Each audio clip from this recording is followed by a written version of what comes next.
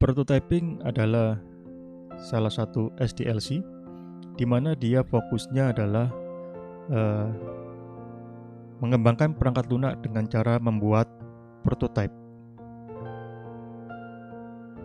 Aktivitas dari prototyping dapat kita lihat pada ilustrasi di gambar ya.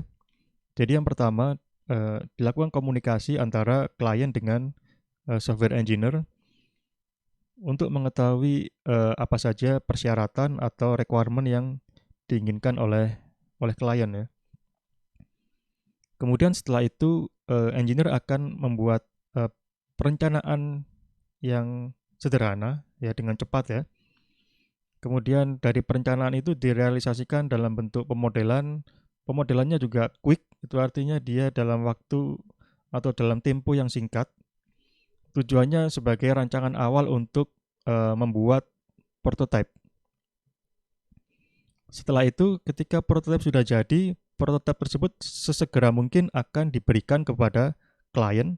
Tujuannya adalah untuk mendapatkan feedback ya. Apakah prototipe yang dibuat sudah sesuai dengan kebutuhan atau keinginan dari klien. Jadi di sini ada proses delivery dan feedback. Jadi prototipe kita serahkan kepada klien untuk dicoba dan untuk mendapatkan feedback atau umpan balik ya atau masukan dari pengguna. Dan ini proses akan senantiasa berputar, artinya dia berjalan terus-menerus hingga sudah tidak ada feedback lagi ya. Artinya klien sudah merasa cukup, itu artinya prototipe sudah selesai. Atau dalam hal ini dikatakan frozen. Jadi ketika sudah tidak ada feedback lagi, maka dia akan dibekukan dan dari prototipe akan dijadikan produk yang sebenarnya ya. Jadi untuk prototipe atau dalam bahasa Indonesia disebut dengan purwarupa, ini ada dua macam, yaitu throwaway dan evolutionary ya. Untuk yang throwaway ini dikatakan jarang digunakan, sedangkan yang banyak digunakan adalah evolutionary. Nah, maksud dari dua jenis prototyping ini adalah jika kita menggunakan metode throwaway, artinya prototipe yang kita gunakan itu hanya untuk contoh saja.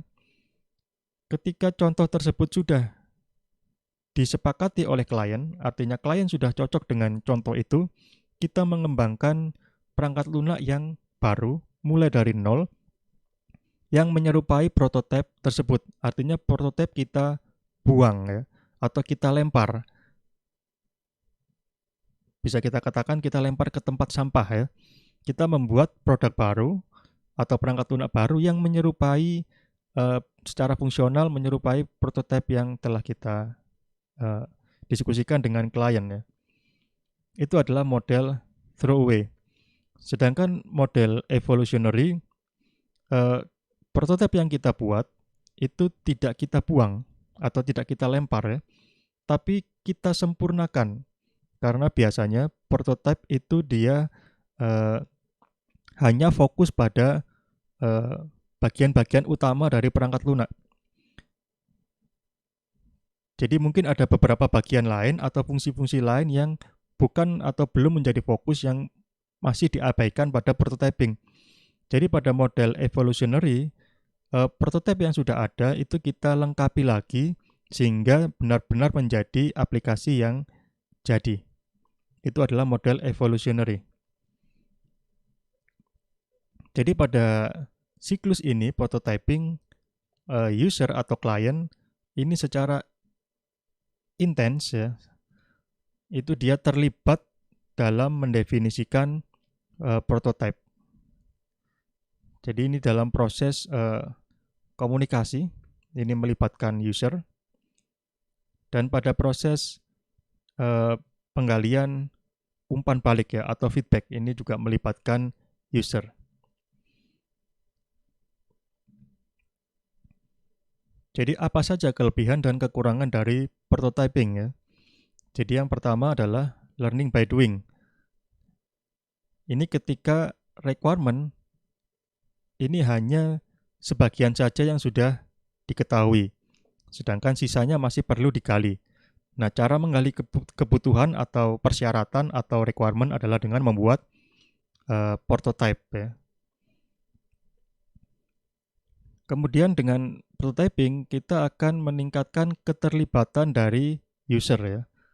Ini menjadi lebih baik lagi ya. Kemudian feedback loop.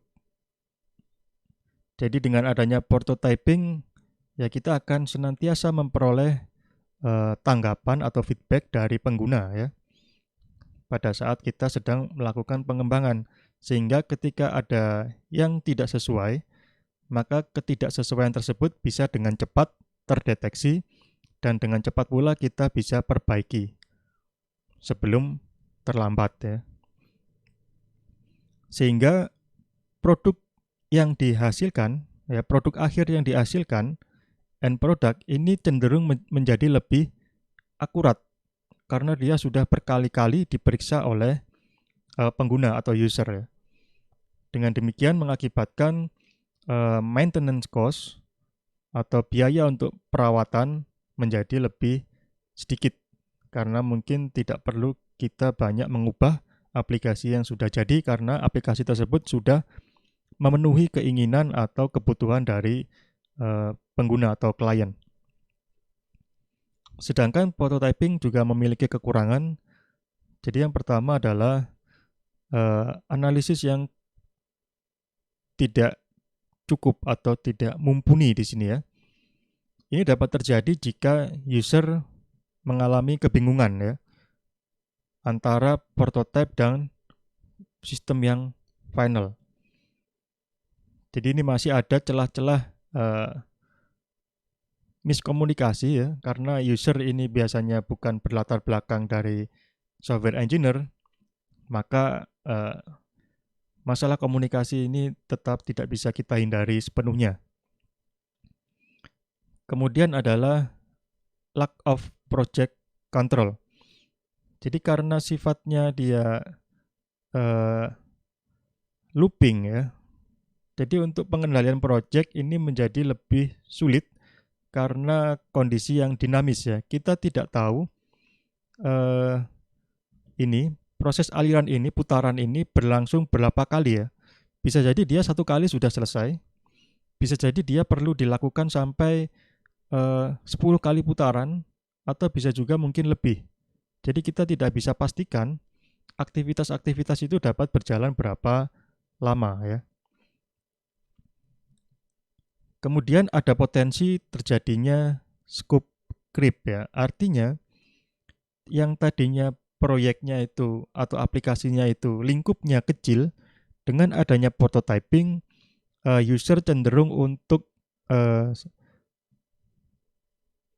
meminta tambah ya. Jadi tadinya hanya 10 fungsionalitas, ketika dibikin prototipenya bisa jadi user akan minta lebih. Misalkan dari 10 menjadi 15 atau bahkan 20 atau lebih. Ini terjadi scope creep.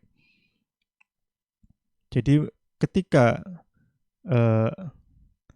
melakukan prototyping, ketika user menerima prototype, mungkin saja dia akan terpancing untuk mengeluarkan ide-ide yang sebelumnya mungkin belum terpikirkan, dan ide-ide baru tersebut terhadap prototype ini bisa mengakibatkan scope creep ya.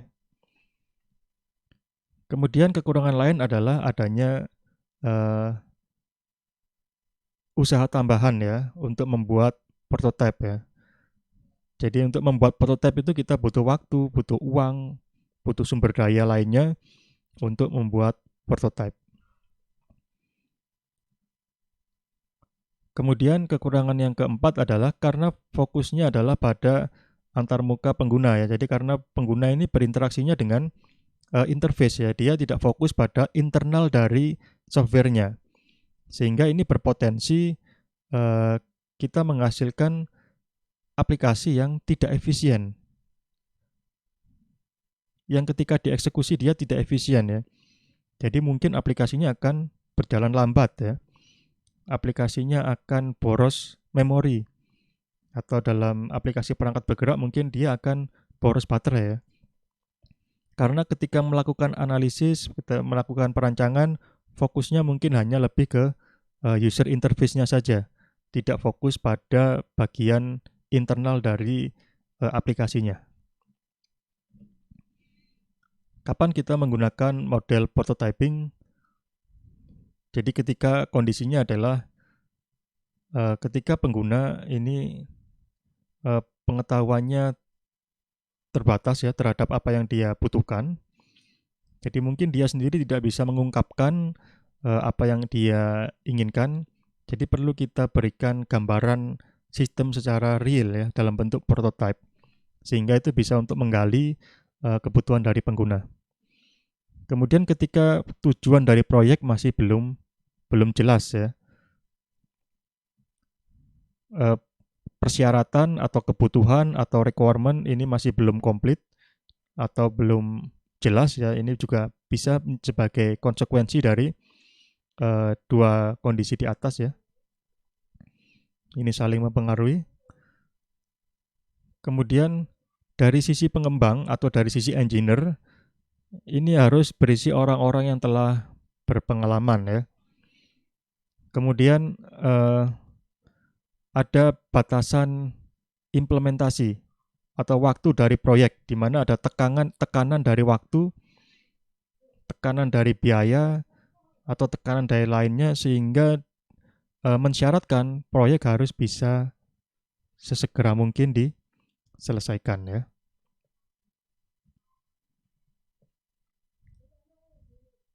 Atau paling tidak di sini adalah implementasinya harus segera diberikan kepada pengguna supaya pengguna bisa tahu sedini mungkin aplikasinya itu seperti apa. Karena penggunanya dia tidak terlalu paham ya dengan masalah yang dia hadapi. Jadi kita sebagai engineer harus bisa menyediakan media bagi pengguna untuk menunjukkan sesuatu yang mungkin awalnya masih abstrak menjadi sesuatu yang lebih real ya, dalam bentuk prototype. Kemudian prototyping cocok untuk aplikasi yang memiliki user interaction ya, aplikasi yang ada user interface-nya ya. Jadi hampir semua aplikasi yang kita gunakan sehari-hari ini dia cocok untuk dibuat prototype-nya.